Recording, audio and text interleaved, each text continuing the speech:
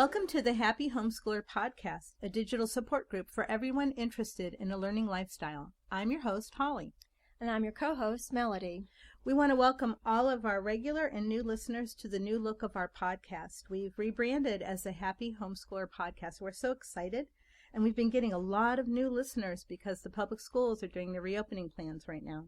A lot of people are not sure what that's going to look like in the fall, and some people are getting a little nervous and looking for options. And if you are one of those people who is in that situation, this month's podcasts are going to be specifically addressing that topic.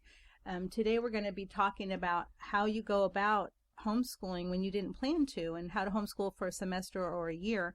And then the topic next time, in a couple weeks, will be about how to homeschool for little or no cost, which if you weren't planning to homeschool, you're probably scrambling and wondering how you're going to carve out some money in your budget for something you didn't think you were going to do. So we hope to be helping you with that. Now, you don't want to miss these episodes, so make sure to subscribe. You can find us on Instagram at happyhomeschoolpod, or look for us on Twitter at _homeschoolpod. And subscribe on Google Play or Apple Podcasts or wherever you get your podcasts. Okay, well, let's go ahead and get into our topic today about people who are considering homeschooling because of their school's reopening plans and because of the pandemic, and the stress and the worry and the concerns that they have about how to do this, and additionally, how to do this and get your kid back into school. Because that's what a lot of people I'm seeing are talking about. Are you seeing the same thing? I am seeing the same thing. And for the most part, I think that the parents of younger children in the elementary school, they may not be quite as concerned as my friends who have students in high school where they need credit for the work that they're doing and they're not sure what's going to be accepted. And right. I don't know if I think that everything is still in the planning stages. I'm not really sure how the public schools have decided to handle that. Yeah, I don't know either. I know I've seen on my own local homeschool list a lot of parents who just joined this month for our county homeschool Facebook group, and they are saying things like, I need to know what to do so I can get my kid back into school. And a lot of the advice we're all giving, us seasoned homeschoolers, we're all giving is that, when you have an elementary school kid, or you have a middle school kid, usually the public school will just accept them back in because you're not asking them to consider credits that Right. they've earned. So they might test them, some schools, and there's nothing across the board that's standard. So unfortunately, one public school might say, yeah, you said your kid's a third grader, they can come on back. And another school might say, yeah, we're going to test them and see if they're really a third grader. And that is something you have to research yourself. You're going to have to check with your local school and find out, hey, if I homeschool my kid and I want to put them back in, what are your requirements going to be? I think you really need to know that at the beginning so that you can plan for that. If they're going to just accept the kids back, then my goodness, you can have a lot of fun this semester or this year. Kid, and you can go really broad and deep with your learning. Mm-hmm. But, and even if they are going to be tested when they get back, that's a pretty good idea. You'll get a good idea or a good picture of what they've learned and where they're weak and where they're strong. Mm-hmm. And then everybody will know. I expect the next year or so to be full of adjustments for everyone, public school and homeschool parents. True, because a lot of people who are homeschooled, their schools closed and they were teaching their kids at home with the public schools materials in the spring, they were saying, homeschooling is hard and homeschooling is this and that, but they were being forced to adhere to somebody else's schedule. Mm-hmm. While at the same time, long-term homeschoolers were really finding that their homeschooling was different because we couldn't go anywhere, which is kind of the hallmark of most homeschoolers. That's that right. They're out and about. So this fall, homeschooling is going to look different for people who are pandemic homeschooling and people who are long-term homeschoolers. I mean, it's just an uncertain time for everybody. And I think we just all need to pull together and support each other. Absolutely. Because it's a tough time. It is. And then there are other things that people are dealing with outside of just the academic lessons. You have all kind of other emotional issues, or right. people you love are sick or have been sick, or you haven't seen them in such a long time. You haven't seen them. Oh my goodness. Yeah, I mean, everybody's carrying a heavy burden, and add that to some people have lost their jobs. Or some people, if they want to homeschool their kids, now they have to consider, oh my gosh, well, can I still keep my job and homeschool? Some families need 2 incomes. Right. So how does that work? Some families are headed by single parents. How does that work? If you're fortunate enough that one of the partners in the relationship can stay home full time with the kids, that's awesome. You know, your income might not be the issue, but then maybe you're just not used to being home all day with people who are home with you all day. And, you know, it's, right. I think it's going to be really stressful for a lot of people, but also I think there's going to be lots of pockets of joy that people won't expect. And I think that's the thing, is that in the middle of all the stressful times, if you can go through it together with your family, and that's what I see a lot of people are saying about why they want to keep their kids home this fall instead of sending them to public school, is that they really want to be with their kids and help them through this tough time of the pandemic. Which is really beneficial. And then they also are finding that extra time at home, you're not rushing on the clock, trying to get everybody somewhere by a certain time. They're finding other ways to use those pockets of time, or start some home projects, family projects that you never have time for because you're always rushing off everywhere. Right. Even if one of those projects is just getting the kids to learn how to do the laundry, and that's a good project. Because if you think about it, and I've seen people talking about this on my various homeschool groups, the people who were pandemic homeschooling, and they were like, "Oh my gosh, this is so great. I just realized we're not so stressed out. Oh, when we go back to normal, we need to change some things. This getting up and running out the door and everybody being gone for, 8 to 10 hours a day." And they were like, wow, it's a clarifying experience that even if we go back to public school, we want to make different choices. So, I mean, everything that's bad also has a positive side. And everything that, you can homeschool, whether you're a single parent, whether you have to be a dual income family. You just have to brainstorm. And I think the really important thing about that is to get on these homeschool groups and start asking questions. Oh, exactly. Because find ideas from people. Some people, for example, I know people who have worked from home for quite some time, and they also homeschool. They're a good resource because they figured out how to manage their time. They figured out how to turn over some of those tasks to the children or train them in how to do things. So they're using their resources, more wisely. Yeah, there's no need for the kids to be bored when there are, household tasks and things. Always. And like I've been recently training my little guy. He has a checklist that he has to work on every day. It's his responsibilities.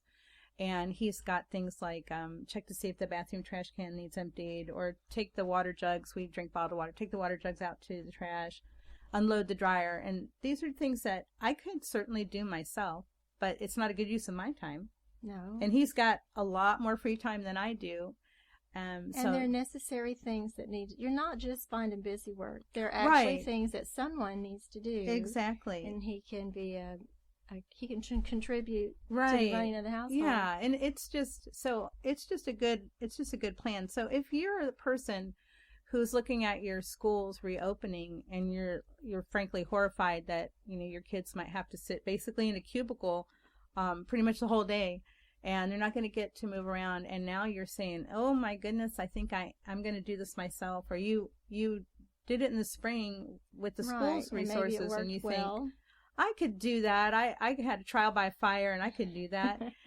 Yeah, you can do it. And now's the time to start planning so that even if you're only going to do it for a semester. Even if you're only going to do it for a semester. Just go ahead and make a decision and get started looking for ideas and finding support. Yes. Yeah. And I'm really glad to see so many people getting on our groups, and they're asking their questions now. In fact, it was kind of funny.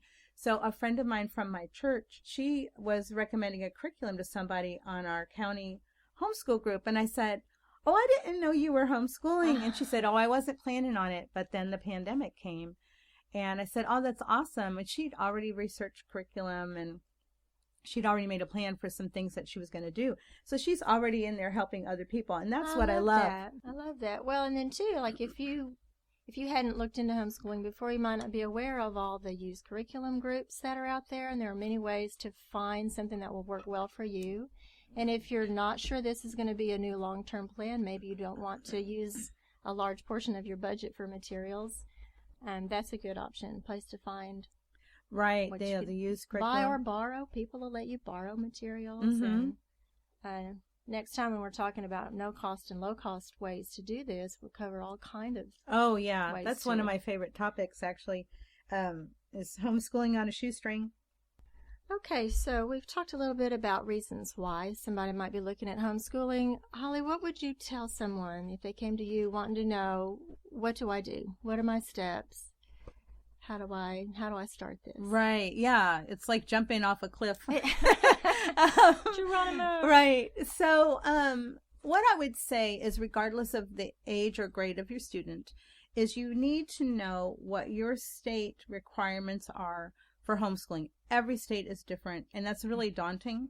But there's a great organization called the Homeschool Legal Defense Association. You can find them online at hslda.org, and you can look up your state on their website, and it'll tell you, for example, in Texas, it'll tell you if you're withdrawing a child, what that process is like. A lot of states also have a state homeschool organization. Texas, again, we have a state homeschool organization, and many states do. So I would say go and find out what your state's requirements are to homeschool, because they're very different from state to state. Right. You definitely you don't want to get in any trouble with, not the education code, right. not fulfilling the requirements that you have to follow. And then I would say, if you are saying, I'm homeschooling this semester, or I'm homeschooling only for this year, you also need to contact your local school district, and you need to say to them, what do I have to do if I homeschool my child for this school year to put them back into public school? Right. Because again, in Texas, it varies widely from school district to school district, but some states, they just have a certain parameter. Right. And so you just need to talk to your local school and find out, what is it that I'm going to have to do to put my child back into school? Right. Because it'll be a really disappointing experience if you pull your child out and then the school says, sorry, third grade didn't count. I mean, you might be okay with that, but you need to know that now. You need to know. Have your reentry plan in place, or find out I suspect the districts are going to have some sort of plan in place, because they know that people are going to homeschool temporarily. You just want to know what it is and what kind of, documentation you might need, right. or what kind of record keeping you might want to have to show the school when you put them back in, if you do. Right. Yeah. Because record keeping is going to be key here, and you don't want to be surprised. This is already going to be stressful enough. So it's really important to get as much knowledge as you can about how it's going to look when you put them back in, if that's your plan. And then I think the next thing is, of course, if your child is enrolled in school, you have to withdraw them. And there are procedures for that as well. And you should be able to find that information when you check into your state education parameters that tell you, what you're going to do to homeschool. It also has some information about how you withdraw a child from public school.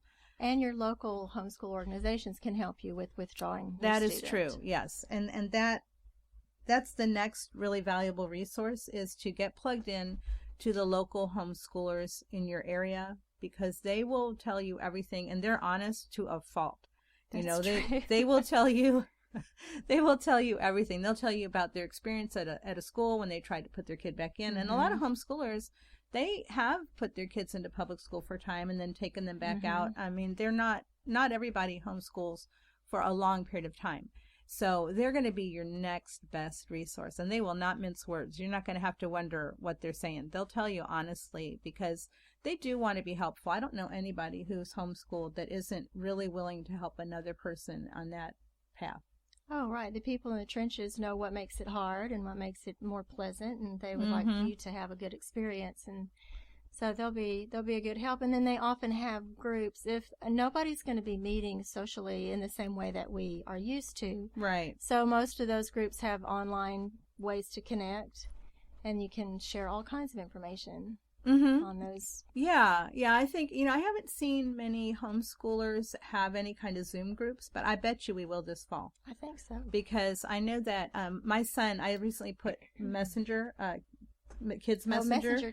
Messenger Kids, and he got to talk with his friend a couple days ago, and it was hilarious. I think they talked for an hour, and he wandered all over the house showing her things. And, the kids are needing that social interaction. They do. And so I think we'll even see that homeschoolers are going to probably start to try to use Zoom or Skype or some other type of virtual platform so that they can interact, because I keep seeing how much everybody misses all those things that we were out and about doing. That's true. Ways to get together without actually being in the same place. Right. Yep. And there'll be some classes available too. Like I know my grandkids have finished up some classes, sort of like the other public school. They couldn't meet together anymore, so they finished up on...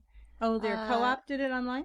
Just a couple of classes. Oh, how nice. Finish up some projects together online. Which, it might not have been alive. It might have been watching a recording, but there was interaction. Sure. Yeah, that makes sense. Our my son's been having some Zoom meetings with his kids from church. So that's super hilarious, too. It's really funny to watch 7-year-olds and younger kids having a Zoom meeting. I think that's just hilarious. But yeah, there'll be some more options, and your local homeschoolers will be happy to help you, for a semester, a year, or even further ahead if you decide this is something you're going to do for the rest of your child's education.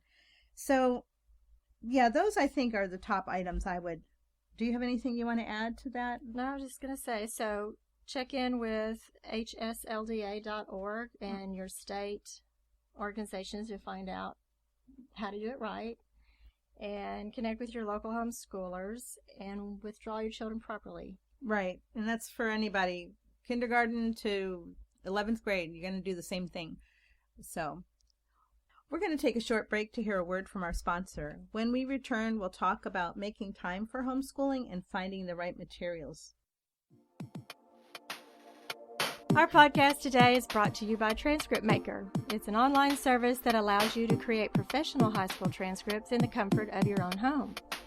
We're talking today about pandemic homeschooling. So what are some ways that someone homeschooling during the pandemic might use Transcript Maker?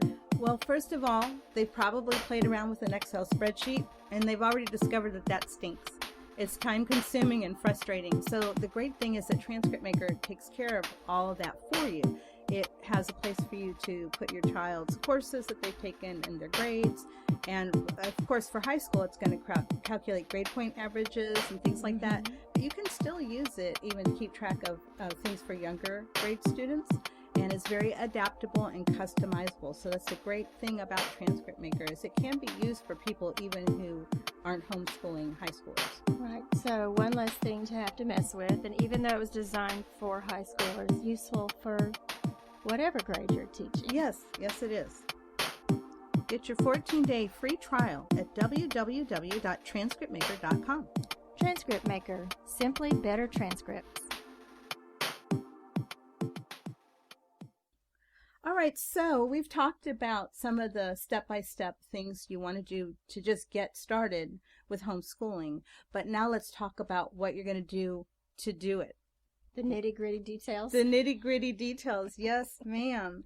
So one of the first things you have to do if you're going to homeschool is figure out just exactly when you're going to do this homeschooling thing. Oh, right. Right. So that's going to be different for everybody. I mean, if you're a single parent working from home, or if you have to leave the house to go to work, or if there are two of you tag teaming or whatever, you have to figure out how's this going to fit into your schedule. Right. What is your day going to look like? And I would like to mention that it doesn't have to be between the hours of 8 and 3.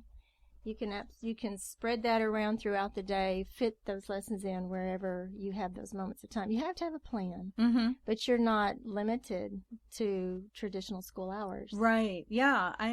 When I was working a while ago when I had high school students, I worked in the morning, and then when I came home from my job, we started school. And sometimes we did school in the evening. My middle son, he was in Kung Fu, and he had Kung Fu classes until like 8 o'clock at night. And so a lot of times we came home and had a late dinner, and then we did his math. So you can just kind of plug it in wherever it makes sense. If you're leaving the house to go to work and you're a single parent, you might need to tag team with another family who's homeschooling, and y'all can, keep each other's kids. So maybe you keep the kids for some time on the weekend, and they keep your kid in the mornings while you go to work.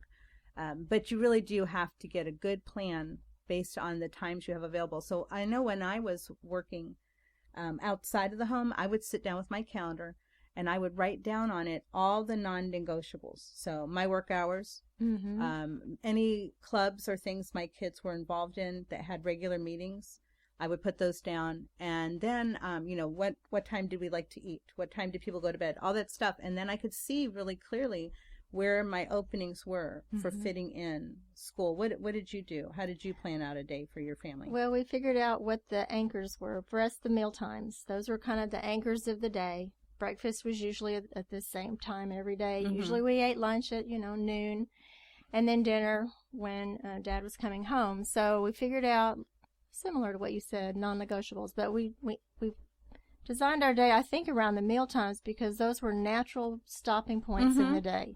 Stop and clear up what we got out in the morning before we had lunch. Stop after, school so we could have an afternoon snack and, clean up the mess we made before we started making a new one. Yes, they are. Plan for those snacks, and moms too. We get a little bit, get a little hangry. Yes. So we did. We figured out where were the best moments in the day for the different tasks that we had to do. And then the younger the student, the earlier in the day was better. They were more fresh and more alert. Right. And not tap tired. into the natural rhythms of your family. Sure. My night owls tended to do more of their school in the afternoon or evening if they could. But I was fizzling out about that time, so we had to put the harder things earlier and the easier things that they could do on their own in the day, and kind of a lot of juggling. But all that's going to depend on what curriculum you choose to use and well, I think that's kind students. of the other way. I think that your curriculum comes after you plan. Well, only because if you don't have a lot of time, and we'll probably talk about this more here in a moment, but if you don't have a lot of time to prepare curriculum because maybe you're out of the house for 3 or 4 hours a day and then you got to come home and school, that's going to really make your choices of curriculum a lot different. It certainly does. You want to pick something you can just pick up and go with. Yes, yeah, or even things that your kid can just do, like you can put them in front of the computer. I wouldn't say put them in front of the computer for everything, because that couldn't give a really productive learning experience. But yeah, so you're going to definitely need to set up your schedule, and also be aware that your perfect schedule, once you start doing it, it might really stink. And you'll have to change it. Sometimes I have to change my schedule month by month just because of different things that are going on. So we've experienced that too. And just have to stop and reevaluate. If it's not working after a month, change it. Right. Yeah. Be willing to change it, because it's not so important that you stick to a rigid schedule, is that you just get everything done that you want to do. So if you have to do that in little tiny bite-sized pieces, that's okay. Don't get upset with yourself because you're not like the perfect homeschool parent. There's not such a thing. You just need to do what's best for you and for your kids. Especially now. So yeah, if you're working full time from home or outside of the home, you're not going to want to pick that really cute curriculum that involves a lot of preparation. That's going to make you insane. You don't have time to do it's all just of yeah, that. it's just going to be so stressful. And again, the important thing right now is that you're hitting the bases and you're doing a good job. You don't need to, go to the Olympics of homeschooling right now. That's not the goal. You want to find something that hits those bases. So the thing to do is find out what a kid in 2nd grade needs to know, or what a kid in 7th grade needs to know, or a high school kid, and then plan around that. Right. It's going to be much easier if you have elementary school students. It's definitely going to be easier. Then there's also, if you are a parent working from home, your children need something to do while you're working. Oh, yes. So you've got your school assignments. Some of those can be productive use of their time while you're busy, but you might also need to plan some things for them to do on their own so that you can get your work done. Yes, that's the situation I'm in, because I am a work from home parent, and I have been homeschooling. And every year it's been different, because when my little boy was, say, 5, the amount of time he could spend entertaining himself was very minimal. And I did a lot more of my work at night after he went to bed. And now he's 7.5, and he's a lot more self-sufficient. And so we tend to have a little block schedule where we spend time doing some concentrated schoolwork in the morning, and then we have lunch, and then I go into my office and do some work, and then I take a break, and then we have family time, dinner time, playing games, outside recreation, stuff like that. And then when he goes to bed, I go back into my office and do some work. So, and then the next year it might look different because he'll be older, and so it can be really varied. So now that you've planned out when you're going to homeschool, you need to decide what you're going to use to do the homeschooling. It's important to find grade-appropriate homeschool materials so that you aren't frustrating yourself and your child, and you can trust that that curriculum is already set up to teach your kid what they need to learn during this time of their age and grade. Right. We talked about this in a previous podcast. Sure did. That way when you've finished your lesson that was enough. Yes, that's important, because I know that we all want to try to make sure we're really doing a great job, and I know as parents we often don't know when enough is enough because we're so invested in our children's success. So yeah, that's a really great point about using a curriculum, is that it'll let you know when you're done. Right. Especially if you go with something that's already planned out and contained. You do the lessons for the day, and when you're finished, you're finished. And then everything else is education is still going on all the time. Right. But you don't have to feel like you're the facilitator for it. Exactly. They're learning on their own, so that's a good thing. Yeah, so for elementary school, there are tons of choices, and for middle school, tons of choices, and it's probably not a big deal what you choose, because for the most part, a school is just going to take that child back. They're not claiming any credits, and the school is not really going to be that concerned. Like we said earlier, they might have to take a little test just to see where they are level-wise, but it's really a really low-stress deal. When you're talking about taking a high schooler out and putting them back in, that's a whole different thing. It certainly is.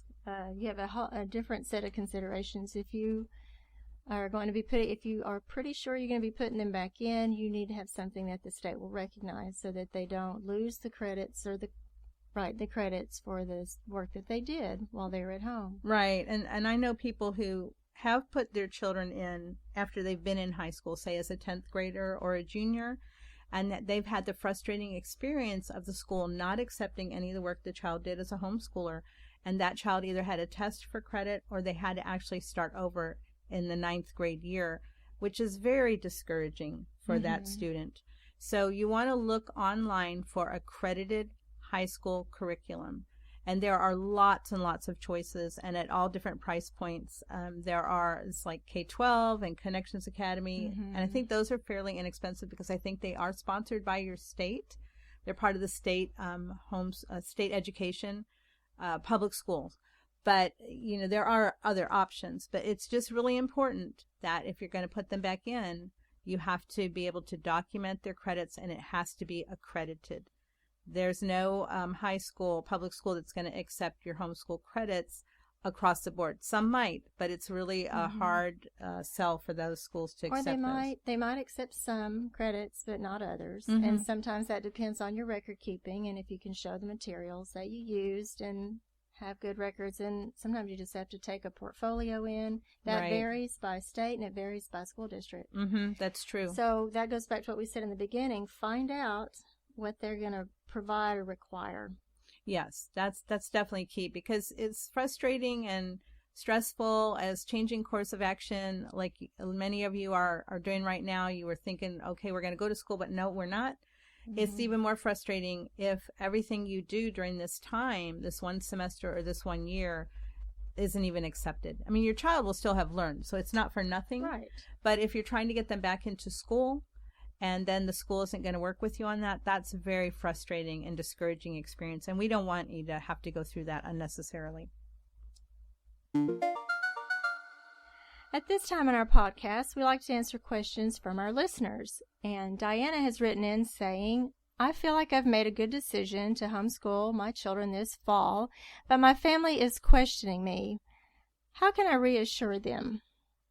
That's a good point, and a lot of homeschoolers get that kind of pushback from their family. I think that you really need to know why you've decided to do this, and maybe even write out your reasons so that when you talk to your family about why you're homeschooling this semester or this year, that you can take emotion out of it and you can just lay out, I've decided to homeschool this school year because I do not think that the school can adequately educate my kids during the pandemic, or I don't think that my kids will be safe, or I don't think that my kids' emotional and social needs will be met. You need to know why it is that you've decided so that you can tell your family. And it's really important that if you have a partner, you both present this information. Right. Because sometimes families will try to divide you, and they'll try to get you away from your spouse. If you're a single parent and your family's questioning you, oh my goodness, you're just going to have to be really strong, and you're just going to have to know exactly why you're doing it. And I know that when we started homeschooling, and of course it was in a different time and a different situation, my mother-in-law said to me, oh, will you have books? And we thought that was so funny. But what we really found out was that she just didn't understand how this was going to happen. So we shared a lot of our resources that we were going to use with her. We brought, back then, of course, it was a homeschooling magazine. Now everything's online. Now, but we brought a homeschooling magazine to show her. We showed her the books the kids were going to be using. We even invited them over for what we called an open house, where the kids could show their work and they could maybe recite a poem they had learned, make a little snack. And what happened is, over the years, my in-laws got very comfortable with homeschooling, so much to the point where they would, oh, can we take the kids on a trip? Because they knew, hey, we had flexibility to do that. Very nice. So I think, sometimes when our families are pushing against our decision to homeschool, it's because they don't really know what that means and how that's going to work, and they just need some reassurance. So they do. And I imagine there may be some people, like their family might be supporting them, but their circle of friends might be making different choices. And that could be hard too. You've got peer pressure, so to speak. We're all going to do this. Why are you doing something different? Right. And sometimes people feel condemned by your decision. Like they feel like, well, my decision wasn't good. And that's not at all what anybody needs to feel. Like, I totally support public schools. I think public schools are wonderful, and I'm glad they exist. And I think we all just have to have the opportunity to make a choice if we want to do public school, if we want to do private school, if we want to homeschool. All those educational choices are valid, and we don't need to be pitting ourselves against each other. We just need to support each other. So we never know what health reasons people might have or what else is going on. Yeah, we don't know. Find a way to be supportive. Yeah, and I think that's the key, is just have your reasons and be able to share them, and try to take emotion out of it, and just understand that it's out of concern, or sometimes it's just out of something that other person is feeling about their choices, why they're pushing back against your choices. But you can do it. I mean, everybody can homeschool if they want to. If you have homeschooling questions, you can contact us on Twitter at _homeschoolpod, or email us at happyhomeschoolpod@gmail.com. Thank you for joining us today. I'm Holly. I'm Melody. Happy homeschooling. Hi, this is your host, Holly Williams Urbach. Thank you for listening to the Happy Homeschooler Podcast, a Transcript Maker Production. My co-host is Melody Gillum. This episode was produced by Matthew Bass and edited by Norah Williams. Our graphic design is by Pete Soloway, and our music is by the Great Pangolin. You can find her music on YouTube and Twitter at Kylie Wins. That's Kailey Wins. If you'd like to help our podcast grow, leave us a review on Apple Podcasts, Google Play, or wherever you get your podcasts. Or as always, tell people about us. I'm your host, Holly. I'm your co-host, Melody. Start over. First of all, I can't even say co-host. Okay.